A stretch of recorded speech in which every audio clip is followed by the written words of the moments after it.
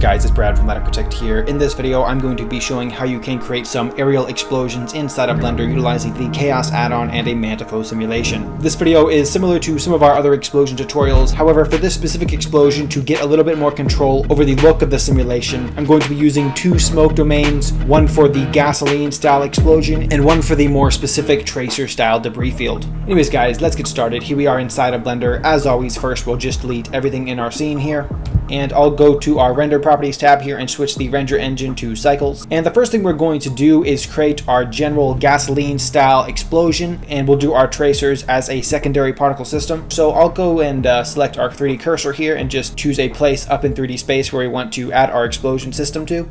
And then I'll go to the KHAOS tab, and I will select the dynamic smoke fire option, and we'll scroll down here to the particle parameters. And for this gasoline style explosion, we'll increase the initial starting velocity a little bit to maybe, we'll try something like 8, and we'll also change the ending velocity to 8 as well.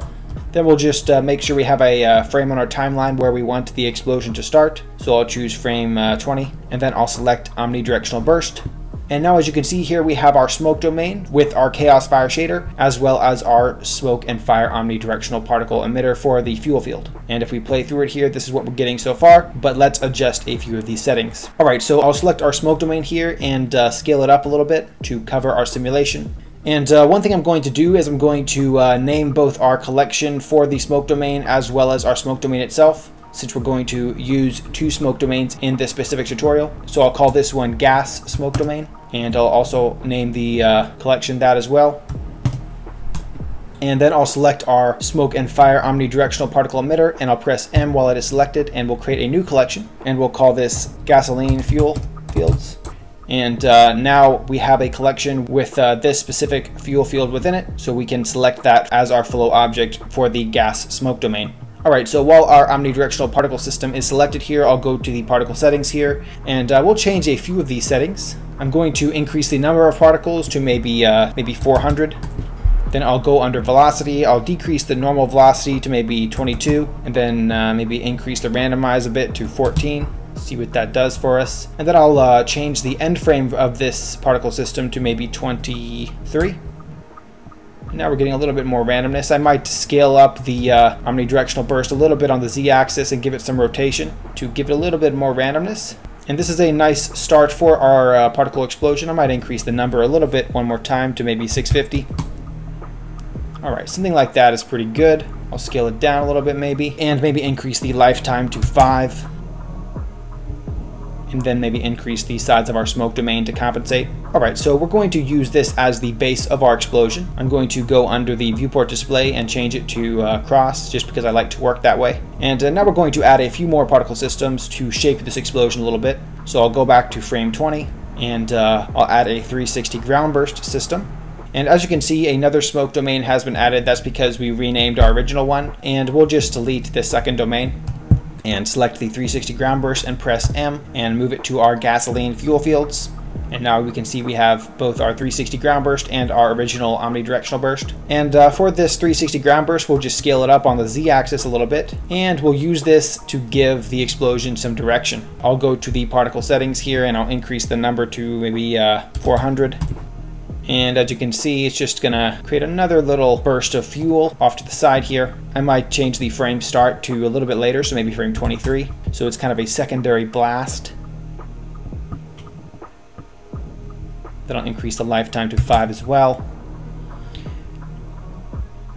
And what we're trying to do here is just create kind of an interesting shape for our initial gasoline explosion. I'll scroll down here and change the viewport display to cross. And then we'll just, while our 360 ground burst system is selected, I'll press Shift D and duplicate it. And then I will, under the particle settings, duplicate the particle settings. And then we'll just rotate it around, maybe change the scale of it a little bit. And now we're just kind of adding some more fuel fields to shape our explosion. I think this will be a nice looking result here. I might rotate one a little bit. And then just for fun, I'll press Shift D, duplicate the system again. Duplicate the particle settings in the particle tab here, rotate it around again, and we'll increase the lifetime to 6 on this one, and then we'll scroll through our timeline here, and then maybe change the frame start to 22. And what we're trying to do here is just give the explosion a little bit of variation in our blast. And I think this will be nice for our gasoline explosion. So I'll select our smoke domain here and I'll scale it up to make sure we can cover our entire simulation here. So I think this is going to be pretty good. Now I'll make sure that all of our particle systems that we have added are in the gasoline fuel field section here. And then I'll select our gasoline smoke domain. Then I'll go to the physics properties tab here. And normally I increase the resolution divisions for a larger scale look, but since we're going to create a gasoline explosion as the base of our explosion and then add some debris tracer particles in another domain field, I will actually decrease the resolution divisions for this specific one. So maybe I'll try something like 96. And then later we'll actually up-res the noise by even more than we usually do to compensate for this lack of quality and to kind of carve up the original simulation base mesh in a little bit different style. Alright, so this is looking pretty good here. I'll scroll down. Vorticity at 0.05. I might decrease this to 0.03 and maybe add some dissolve to it, maybe 300 frames. Under fire, maybe decrease the smoke to 2 and decrease the reaction speed to 0.15. And yeah, this should be pretty good. I will go ahead and save our project here. Go ahead and do save as, and we'll call it aerial explosion. And then save it. And then we'll go to our cache tab here and add a new output, and we'll go to that same folder, the aerial explosion. Add a new folder, call it aerial cache gasoline, and press accept.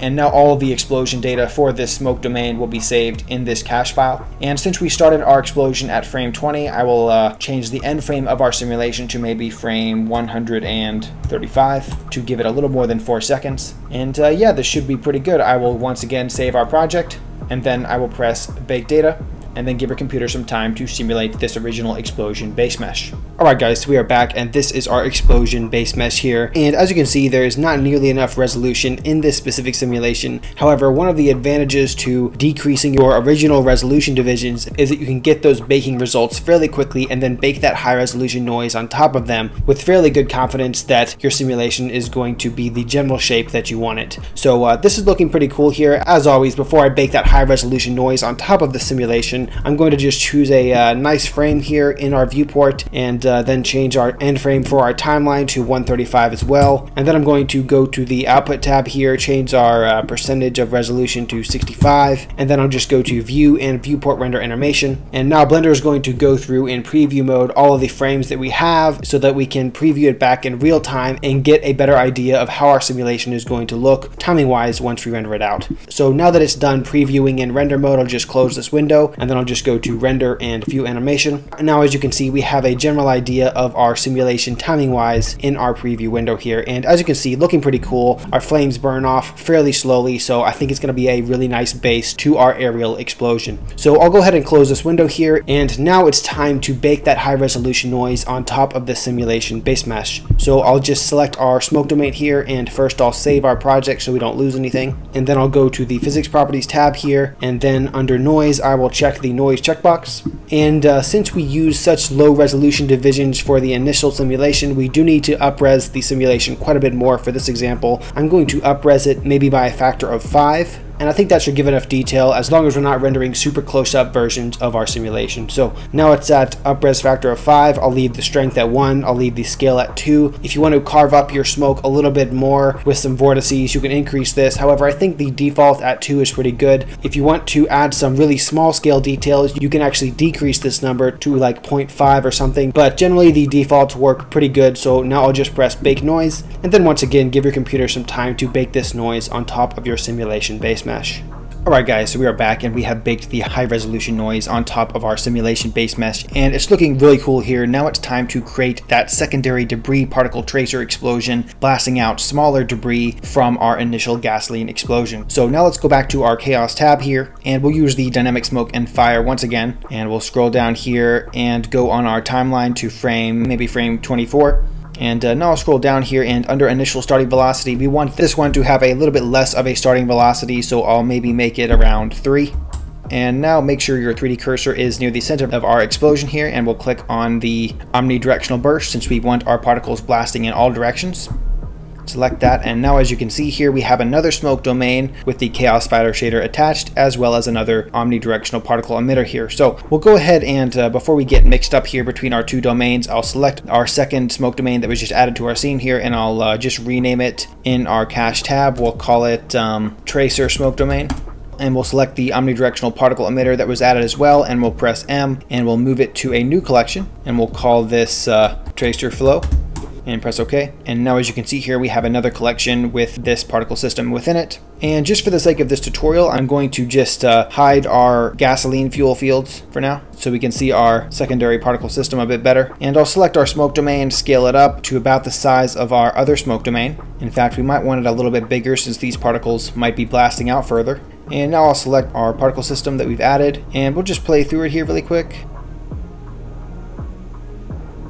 Alright, and it's a very short burst of particles. Let's adjust a few of the settings here. Before we do this, I'm actually getting a little bit of a buffer on my computer, so I'll select our smoke domain that we've already baked. Then I'll just go to our noise checkbox here and just deselect it for now. And that's not going to unbake the noise, but it's just going to allow us to work a bit faster as we won't see it in the 3D viewport. Alright, so now we'll go back to the smoke and fire omnidirectional particle emitter that we've just added, and we'll go to the particle setting tab here, and we'll keep the number at 150, but then we'll increase the lifetime of this particle system to maybe 10.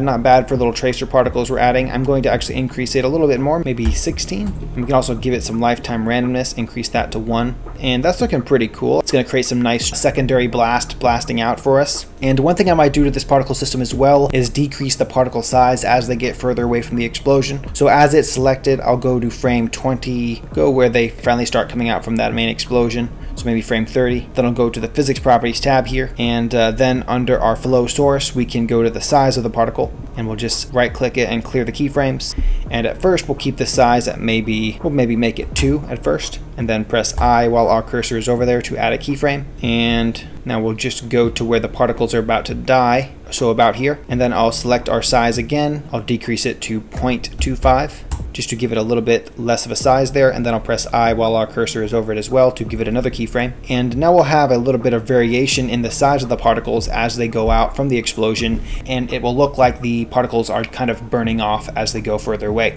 Alright, so now that we've added our tracer field to the explosion, let's set up our smoke domain and bake this secondary blast. So while our particle system is selected here, I'll just go to the particle tab here, and under cache I will bake this particle system, just so we don't have to keep playing through it to see where it's going to be at certain times. And then I'll select our secondary smoke domain here, the tracer smoke domain. And we actually don't need it as big as I thought initially. I'll scale it down a little bit just to cover our particle system. And I'll go to our physics properties tab here while our tracer smoke domain is selected. And we're going to adjust a few of the domain settings here. Under the resolution divisions, we're actually going to increase the size of the resolution divisions for this example, as we want these particles to be more defined as they go out from the explosion. So I'll select this, and maybe we'll try maybe 220.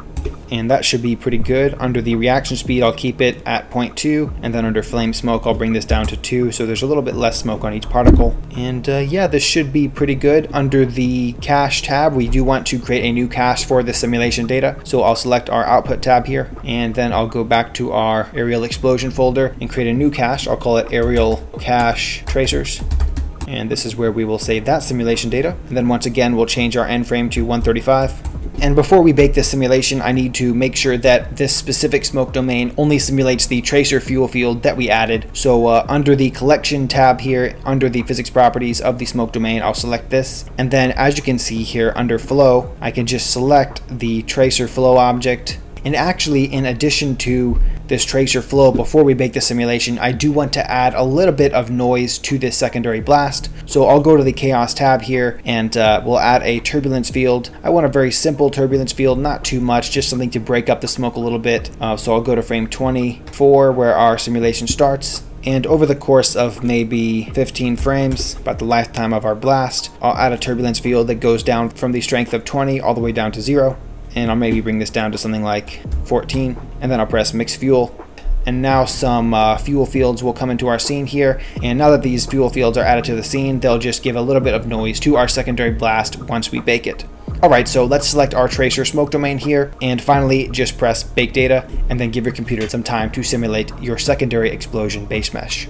Alright guys, so we are back, and this is what our tracer explosion looks like, along with our gasoline style explosion. So once again, for our secondary tracer style blast, I will go to our domain settings and bake some high resolution noise on top of it. So before we do this, I'll go ahead and just save our project really quick. And now to bake that high resolution noise, we'll go to our noise checkbox here and select it. And for this secondary tracer blast, I will up-res the resolution by 2 and keep the scale at 2 as well as the rest of our defaults. And then finally, we'll just press bake noise and then give your computer some time to bake this noise on top of that tracer explosion base mesh.